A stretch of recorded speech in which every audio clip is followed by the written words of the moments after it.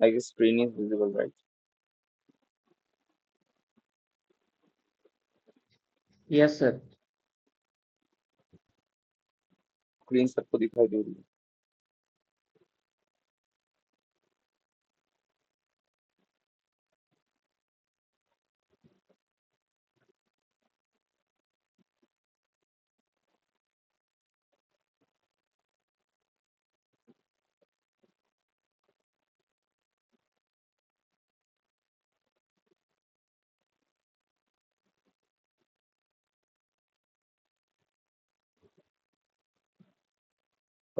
चलिए हम लोग इसी चीज को लेते हैं और print करते हैं। आज हम लोग हिस्टोग्राम प्रिंट करना सीखेंगे। एक हिस्टोग्राम प्रिंट करना हमने सीखा था numpy से, है ना। एक हिस्टोग्राम हम प्रिंट करेंगे इससे। हिस्टोग्राम सीखेंगे, नल वैल्यू सीखेंगे किस तरह से फाइंड आउट करते हैं, न्यूमेरिक और कैटेगरिकल वैल्यूज किस तरह से फाइंड आउट करते हैं वो करना सीखेंगे। और देखते हैं क्या कर सकते हैं। सॉर्टिंग सीख लेंगे। अ,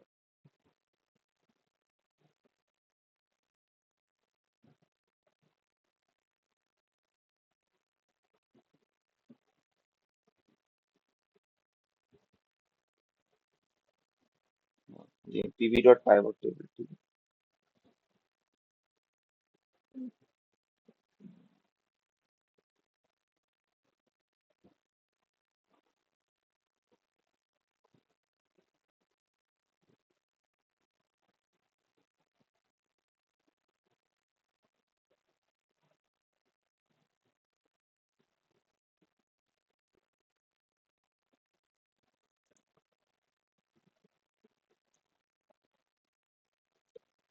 इंडेक्स हम यहाँ पे ले लेंगे,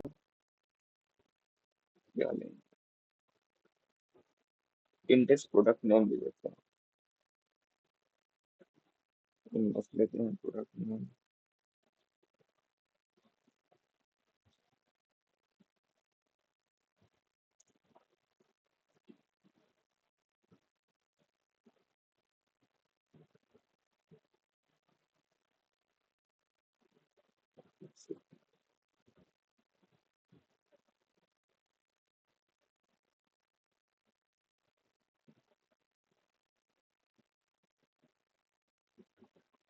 प्रोडक्ट नेम और प्राइस। हम लोग यहाँ प्रोडक्ट नेम और प्राइस ले लेंगे। प्रोडक्ट नेम और वैल्यू ले लेंगे प्राइस वैल्यू।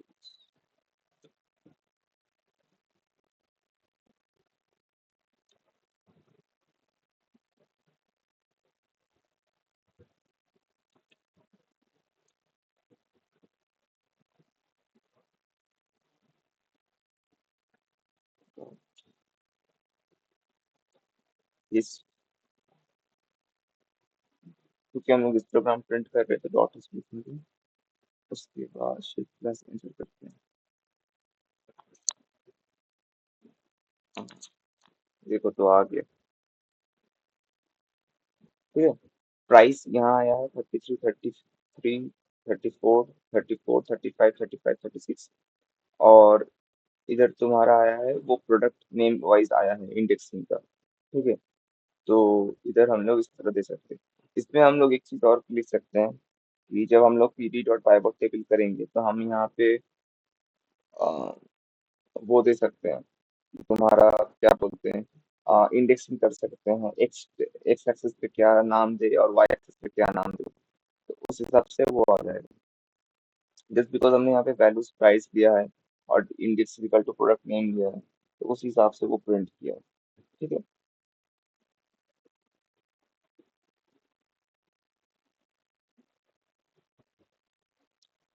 यहाँ पे देखो एक्सेस टाइटल सेंटर पे प्राइस दिया हुआ है, D type equal to object दे दिया। तो इसी तरह से हम लोग यहाँ पे जो प्राइस है उसको प्रिंट कर सकते हैं। ये जो प्राइस तुम्हें दिख रहा होगा 12.91, 27.91, fish product name fish oil करके जो भी है, मतलब थोड़ा सा और ऊपर जाएंगे तो ये रहा प्रोडक्ट नेम 31.8 जो है, वे प्रोटीन 31.9, विटामिन 2.51, फिश ऑयल जो भी है, ये चीजें प्रिंट हो रही है यहाँ पे, ये हिस्टोग्राम पे दिख रहा है। ठीक है? यही चीजें हिस्टोग्राम यस पे सर। हम लोग देख रहे हैं विथ वैल्यूज के साथ। ठीक, चलिए।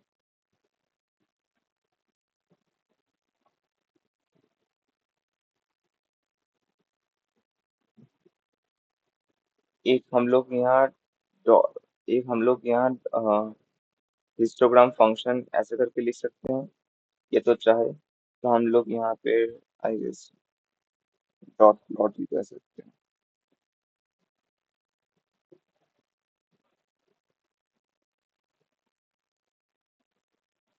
ये देखिए, तो वो प्राइस के रेंज इस तरह से आएगा। यहाँ 33, 33.5, 34, 34, 35, डॉट प्लॉट करना ज़्यादा बेहतर है हिस्टोग्राम से। जब डॉट प्लॉट करोगे ना, तो आपको वैसे का वैसे ही मिल जाएगा। लेवल दिया हुआ है यहाँ पे, प्राइस रेंज, ये प्राइस रेंज के हिसाब से जा रहा है, यहाँ पे नेम लिखा हुआ है इस ग्राफ में। ये देखिए नेम लिखा हुआ है, और यहाँ पे आपका जो ग्राफ है वो दिख रहा है पूरा का पूरा। तो तो जब आपके पास डेटा फ्रेम पहले से है, तो डॉट प्लॉट यूज करना बेटर है। आपको सिर्फ इंडेक्स में नाम देना है, और वैल्यूज की प्राइस दे देनी है। मतलब दो कॉलम्स देने हैं, इंडेक्स पे कॉलम नेम देना है, वैल्यूज पे कॉलम नेम देना है, और डॉट प्लॉट कर लेना है। उसमें से आपको निकल के आ जाएगा प्राइस। ठीक है, using line graph. That's it.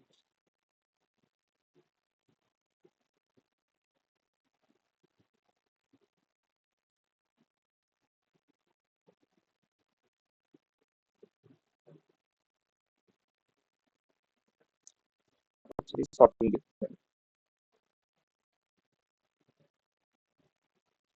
Sorting in the sense हम लोग काम करते हैं क्वांटाइल लेते हैं।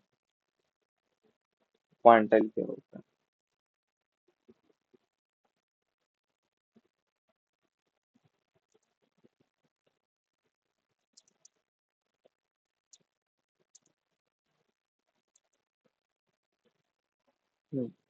हम लोग ने यहाँ लिखा मार्क्स।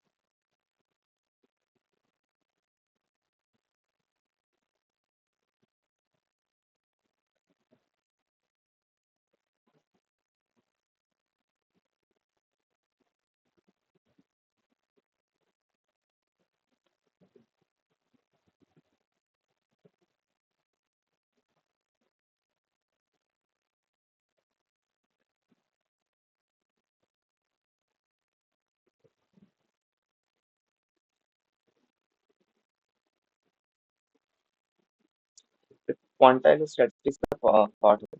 हेलो सर, सुन रहे हैं ना? मैं कौन हूँ? Yes sir. आदित्य, सोना, तुम, अश्विनी।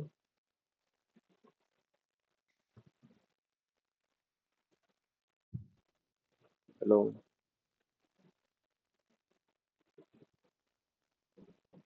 हाँ, तो देखो कि ये है कि प्रिंट फंक्शन, क्वांटाइल फंक्शन जो होता है वो इस बेसिस पे होता है कि हम लोग ना क्वांटाइल क्या बोलते हैं।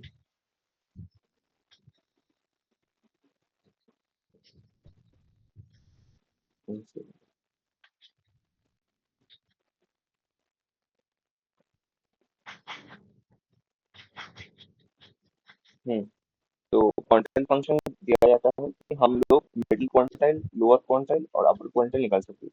ये मीडियन है, जैसे मीन, मीडियन, मॉड नहीं होता वैसे क्वांटाइल फंक्शन वो होता है। अब क्वांटाइल चार कैटेगरीज में डिवाइडेड होते हैं, तीन कैटेगरीज में डिवाइडेड होते हैं। एक मिडिल क्वांटाइल होता है, एक लोअर क्वांटाइल होता है, एक अपर क्वांटाइल होता है। अब वेरिएंस फंक्शन यूज किया जाता है सीरीज और डेटा फ्रेम में। तो क्योंकि हम लोग जो भी न्यूमेरिकल यूज करते हैं उसका वेरिएंस निकालने के लिए, कितना वेरिएंस पे ये जा रहा है, उसका वैरी कितना कर रहा है ये, तो ऑल टोटल हम लोग यहाँ पे वही निकाले यूजिंग फंक्शंस। ठीक है। डॉट क्वांटाइल फंक्शन से देखिए हम लोग चार मेजर फैक्टर्स निकालते हैं। सबसे पहले तो मिडिल डॉट 0.50 में, ये डेसिमल वैल्यूज पे हम लोग निकाल रहे हैं डॉट 50। हाँ मतलब 50/100 है। उसके बाद डॉट 25, उसके बाद है डॉट 75। हाँ, उसके बाद है तुम्हारा डॉट 100। 50 मिडिल है, डॉट 25 अपर है, और डॉट 75 लोअर है, और डॉट 75 लोअर है, और डॉट 100 एकदम फुल क्वांटल वैल्यू को निकाल रहा है। तो उस हिसाब से हमने चार क्वांटल रेंजेस में इसको कन्वर्ट किया है। तो उस तरह से ये आ रहा है। उसके बाद वेरिएंस ऑफ मार्क्स, मतलब कितना वैरी कर सर रहा है पॉइंट वन मार्क्स। क्या बताए? इन सब में मार्क्स कितना वैरी कर रहा है, तो 77, 776.81 आ रहा है। तो इसको जैसे अगर हम लोग परसेंटेज में करेंगे तो 77% पे ये कुछ आएगा। तो 77% पे ये मार्क्स वैरी कर रहा है। ठीक है। तो उस तरह से ये चल रहा है। 7.76% ऐसे ही कुछ है। 7.76% में ये वैरी कर रहा है।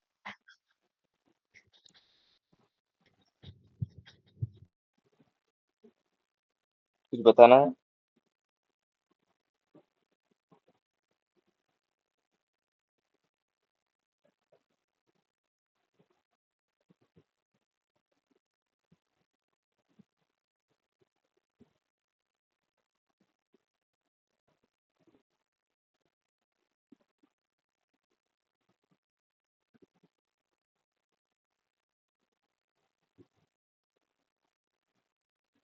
अच्छा, हमने सॉर्टिंग करना सीख गया।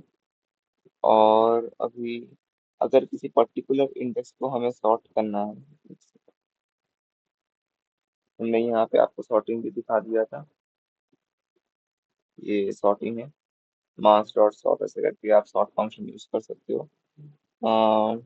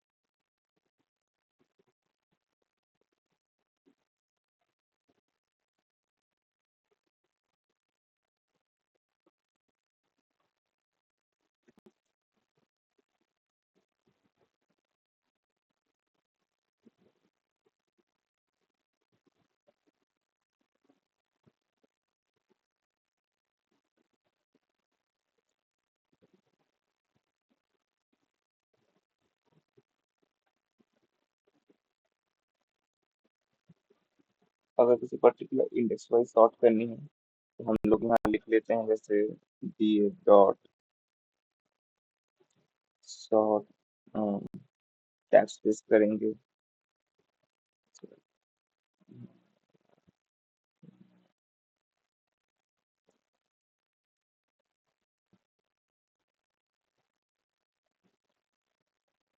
सॉर्ट इंडेक्स फंक्शन आ गया, सॉर्ट वैल्यूज भी आ गया।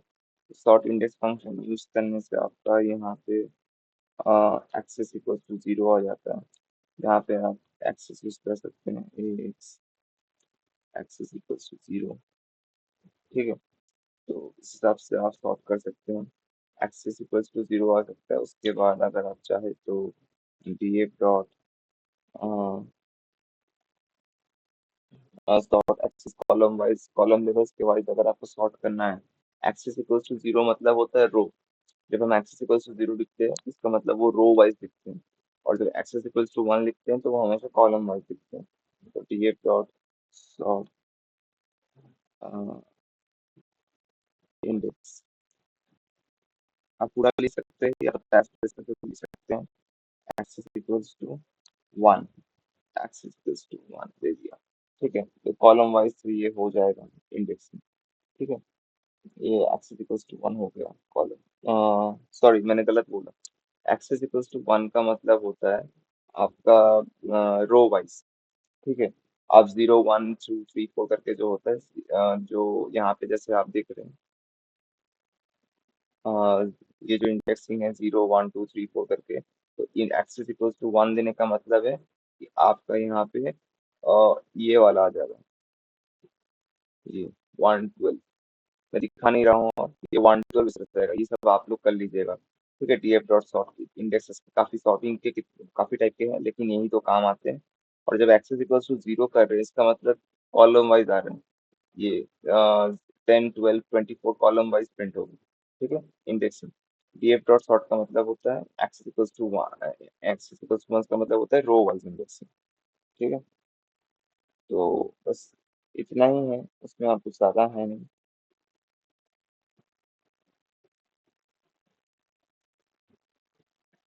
जब सॉर्ट करेंगे तो अगर आप असेंडिंग इक्वल्स टू फॉल्स दे देंगे तो वो सही रहेगा, जहाँ पे मतलब ऐसा रहेगा आपका लिखा हुआ axis equals to one, ascending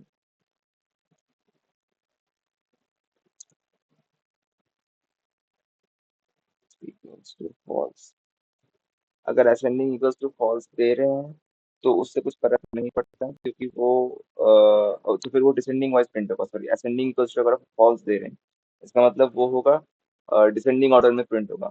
और असेंडिंग इक्वल्स टू अगर आप ट्रू देते हैं, ट्रू लिखने की जरूरत नहीं पड़ती क्योंकि वो नॉर्मली असेंडिंग ऑर्डर में प्रिंट करता है।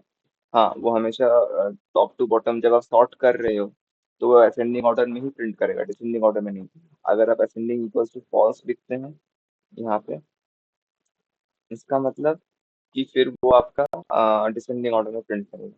नहीं तो वो लिखने की कोई जरूरत नहीं है असेंडिंग इक्वल्स टू ट्रू। ठीक है, असेंडिंग इक्वल्स टू फॉल्स ही लिखना है, वो बाय डिफॉल्ट ही ट्रू ही प्रिंट करता है। चलिए हो गया। अब आते हैं आपका ये नल वैल्यूज को काउंट करने का। जब भी कुछ होता है ये देखिए नल वैल्यूज काउंट कैसे किया जाता है। अम्म, चलिए मैं यहीं पे आपको करके बता देता हूँ। आपका इसी वाले,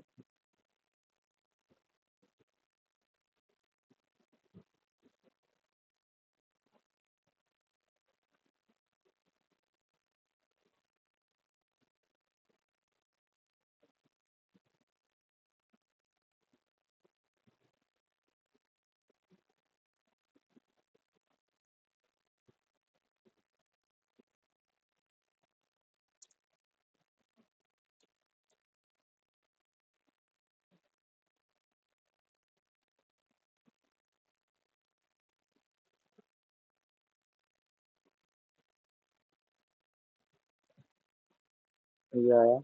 अब हम लिखेंगे यहाँ पे नल वैल्यूज बोल के एक और टेबल बनाएंगे। ठीक है?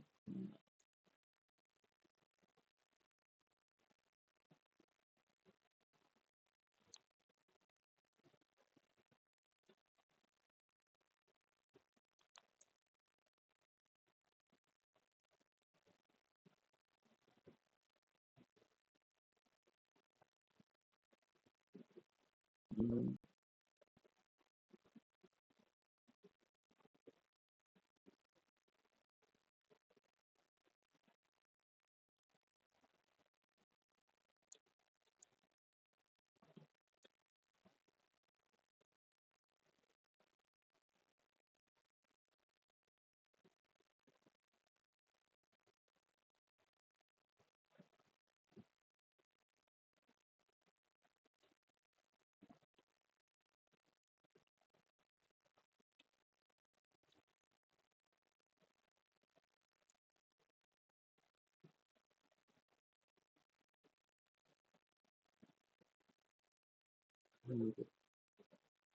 हम्म,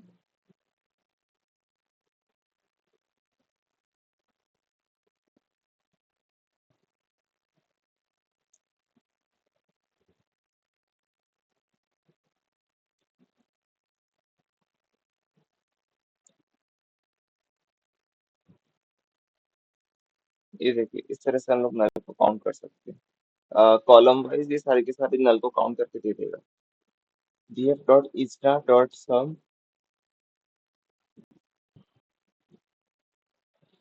लेंथ df इंटू 100।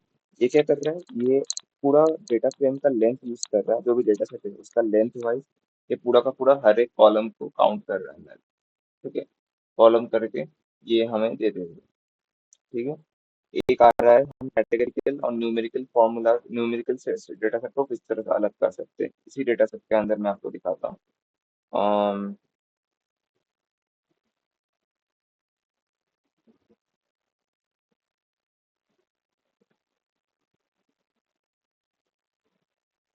अगर आप यहाँ पे df डॉट इन्फो करेंगे तो आपको पूरा टेबल का डिस्क्रिप्शन मिलेगा। ठीक है, फ्लोर 64 कितने हैं, इन 64 कितने हैं, मतलब फ्लोर 64 तीन है, ठीक है, मतलब डेटा कितने तरह के हैं, ये आपको df डॉट इन्फो करने से पता चल जाएगा। जब आप डेटा सेट यूज करते हैं, डेटा सेट डॉट इन्फो जब आप करेंगे तो पूरा का पूरा आपका ये क्या बोलते हैं, आपका इंफॉर्मेशन दे देगा डेटा सेट का। चलिए आपका भी आते हैं।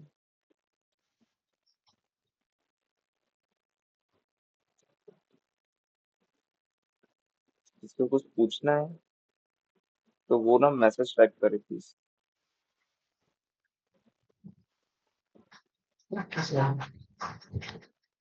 हाँ क्या? नो सर, नहीं पूछना है। ओके, समझ में आ रहा है ना? Yes sir.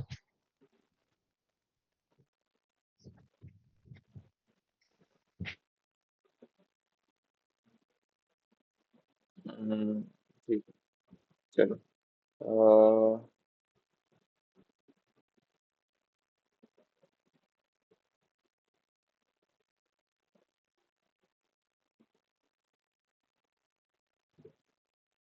ठीक है, चलो मैंने यहाँ पे df अंडरस्कोर कैटेगरी कर लिया हुआ है।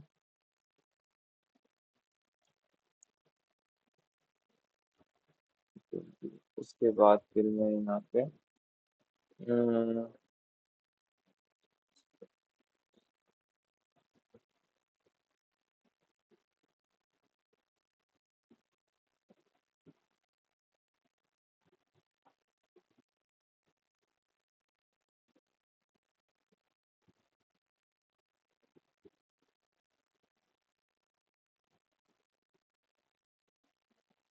एक सेकेंड से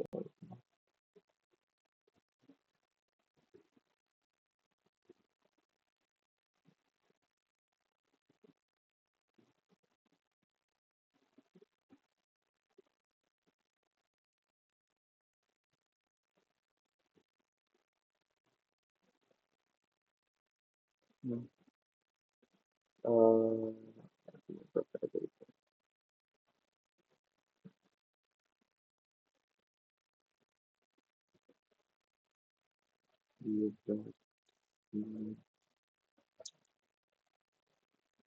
कहाँ लिख रहा हूँ।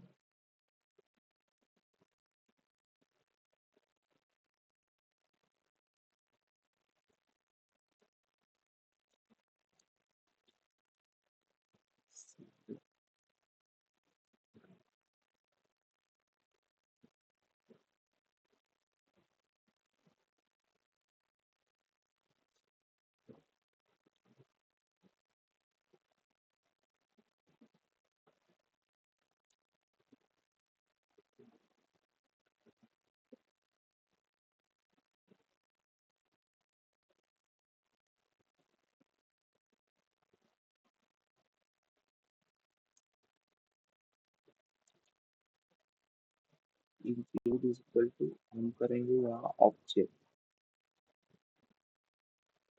इंक्लूड इज इक्वल टू हमें आता है object।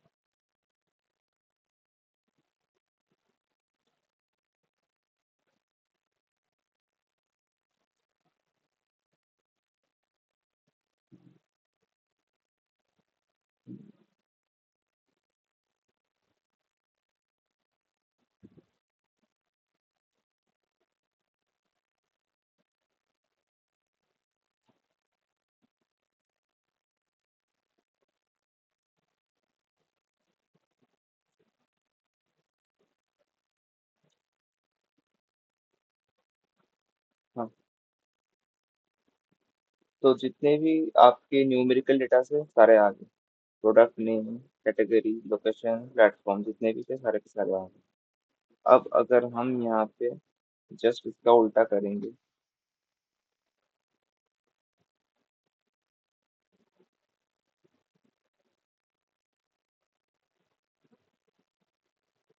यहाँ पे हम लोग न्यूमेरिकल कर देंगे।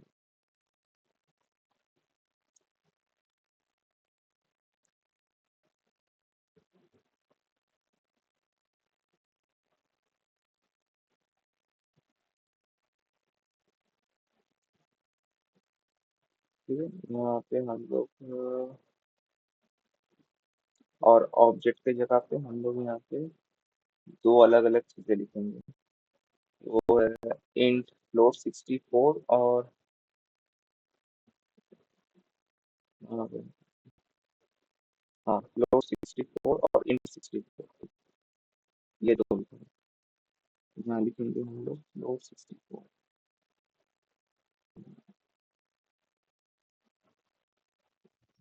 सर ये फंक्शन कर क्या रहे हैं?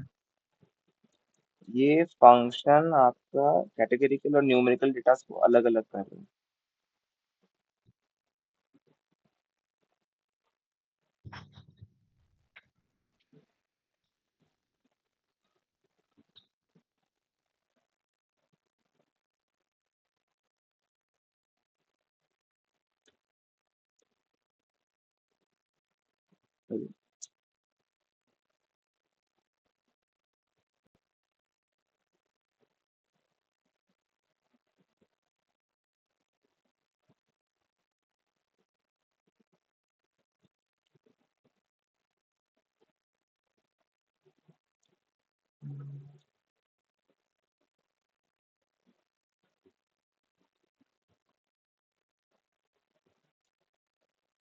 ये देखो,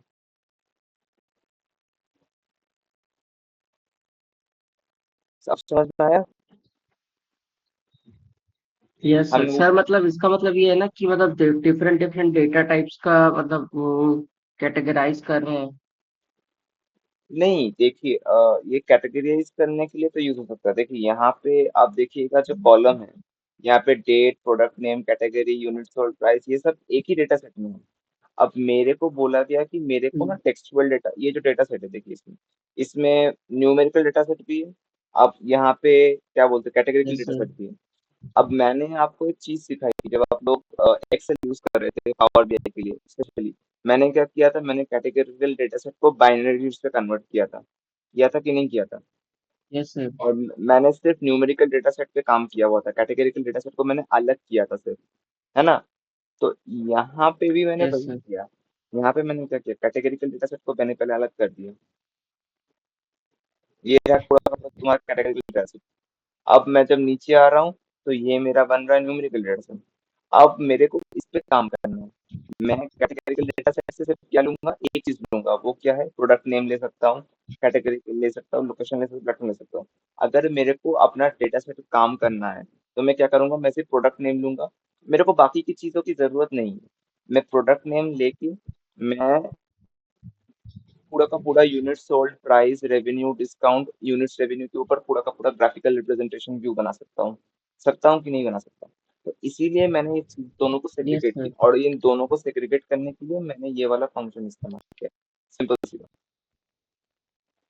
बस ये डेटा सेट को अलग अलग तरीके से देखने के लिए, देखिए इतना बड़ा डेटा सेट है, आप खुद कंफ्यूज हो गए कि कहाँ जीरो जीरो है, कहाँ वन वन है। अब आप देखिए कंफ्यूज नहीं होंगे। Yes sir. आपको यहाँ पे दिख जाएगा कहाँ सर जीरो एक बार यूनिट स्क्रॉल, रेफरेंस। हाँ बोलो बोलो। सर एक बार ऊपर स्क्रॉल कीजिए तो। हम्म। कहाँ पे? और ऊपर। बस बस बस।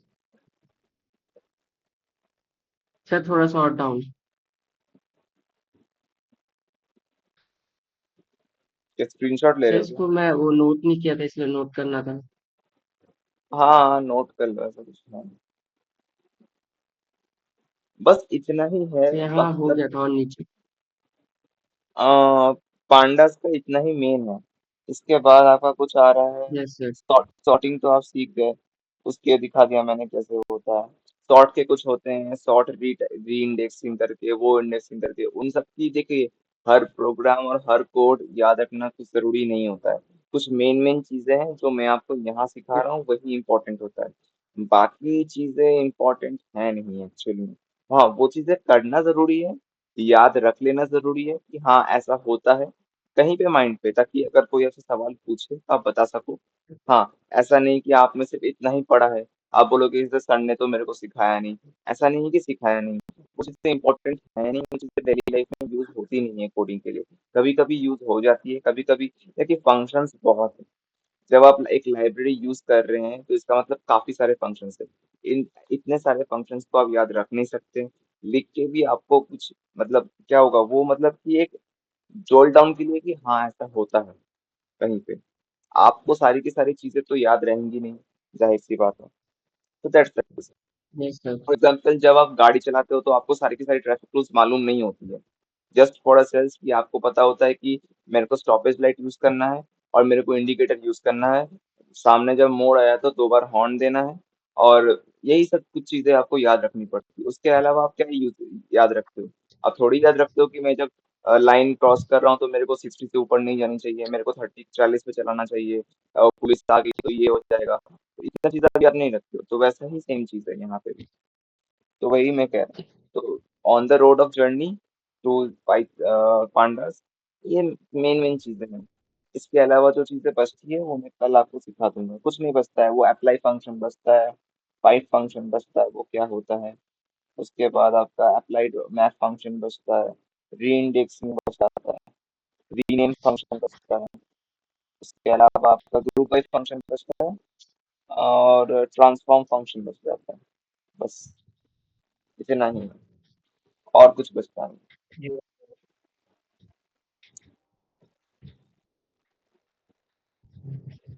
तो बस